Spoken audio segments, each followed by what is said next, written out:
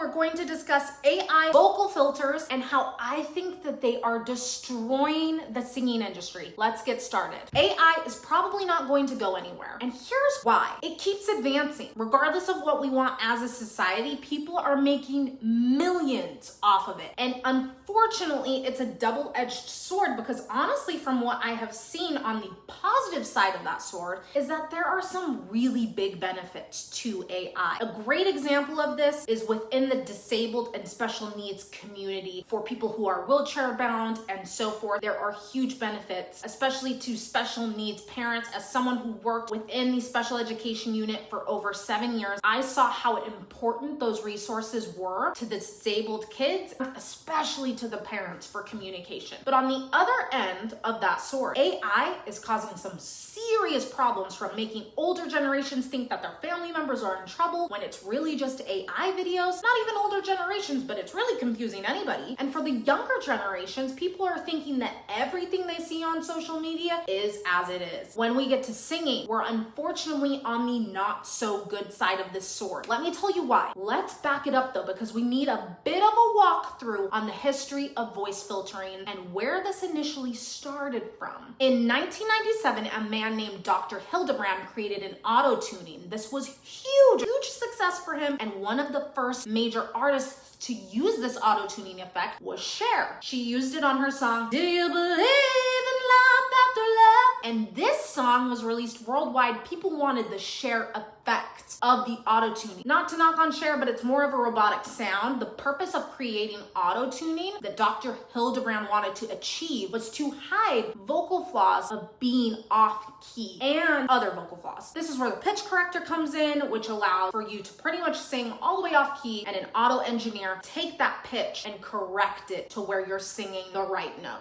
Kind of weird, kind of cool. This is where AI is the biggest issue. As auto-tuning got better, singers didn't feel as much of a need to practice or go to their coaches before they go into the studio, because they knew that good old Dr. Hildebrand's invention was going to fix their little imperfections. It's the imperfectionalities within the voice that make listening to the song so enticing. And now that we have AI filters, what the AI filters can do is clone the voice while smoothing away all of the imperfections, and this results in overly polished sounds and artists who now needed to protect their vocal identity, which your voice is like a thumbprint, by the way. No voice can scientifically really be the exact same sound. Sound travels through space, it bounces off of surfaces and gives unique sound. The nose that God gave you and the cheekbones that you may or may not dislike, they're shaped for you specifically to create sound. God-given sound. AI isn't of God. It's something that God placed an idea for someone, and someone used their agency in a way that God intended that person to, and then somebody else maybe took it and went a little too hard for it, replacing the humanness with robots. So if you're listening to a song, you might want to think really closely. Is this AI or is this a real human? Because it could sound beautiful, but it actually probably not, because it's sung by a robot. And when it's sung by a